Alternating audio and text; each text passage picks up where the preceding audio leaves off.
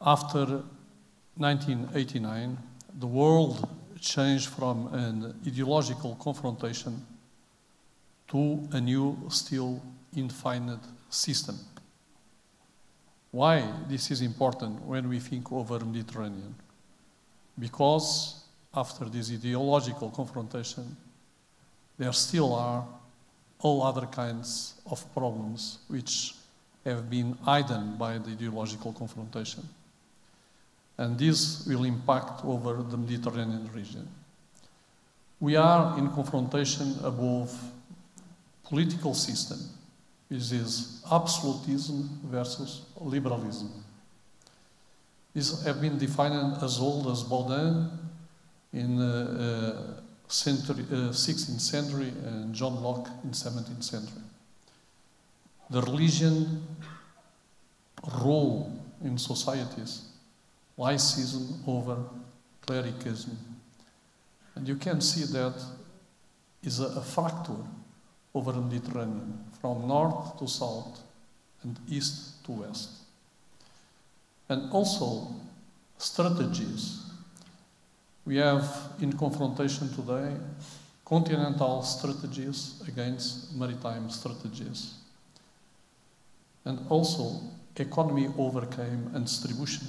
We have the rich north, which distribute among the population, although the health of the society, and at east and south we'll have some kind of less rich countries, poor countries, with some kind of distribution which is oligarchic.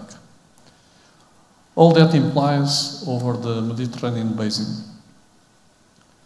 Why? Because over Mediterranean bases, when we speak about strategy, we speak about United States, for example, which have a maritime strategy and use the Mediterranean as a space for maneuver to encircle the continental powers. And also Russia, which we are speaking a lot about these days, have a continental strategy towards east, through the Northern Sea, through the central Ukraine, and through the south, which is Mediterranean and Northern Africa, and also Middle Africa. And also China, which for the first time is the power that have a mixed strategy, is a continental strategy in Asia, through Northwest Asia, and also a maritime strategy for the Pacific, the Indian Ocean, and from the Indian to the Mediterranean Sea, one road, one belt, and through the Atlantic. And what about Great Europe, where we stay? We had, until some time ago, a strategy which I can classify as a continental strategy towards the east, until we end on the Baltics and on the Ukrainian. And can we shift from this continental strategy towards the east to a continental strategy towards the south, which implies the Mediterranean basin?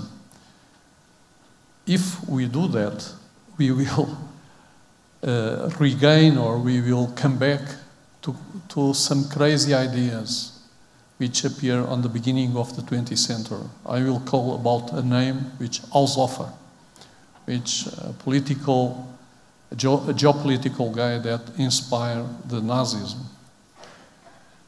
And can we have other kind of strategies, European, like a sub kind of strategy, which is a maritime in partnership with United States inside NATO? So when we speak about an independent strategy, we have to think about all these things, because an independent strategy will face all the other strategies. So what we will do, how we will deal with the role of religion in our society, how we will deal with liberalism. Is liberalism survive in these days?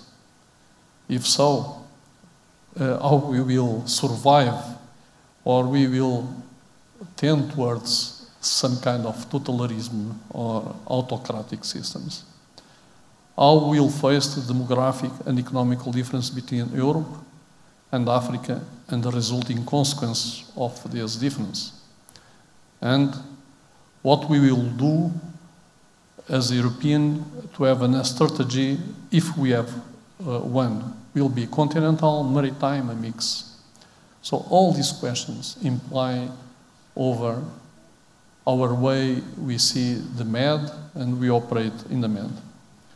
So my view is we are in troubled waters without seeing what is the destination port yet.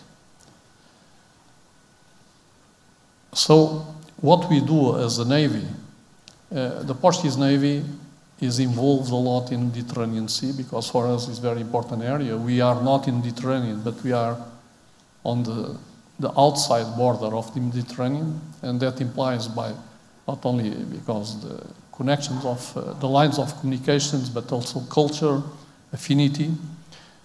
What we do is what we call sea control. Normally, by deterrence and presence, we do almost our missions outside, the broad missions we do outside Portugal, 80% are in the Mediterranean Sea. And also law enforcement. Why law enforcement? Because the other competitor, which is Russia, have an idea of hybrid warfare, which mix not only normal military operations, but also non-military operations all together in one package.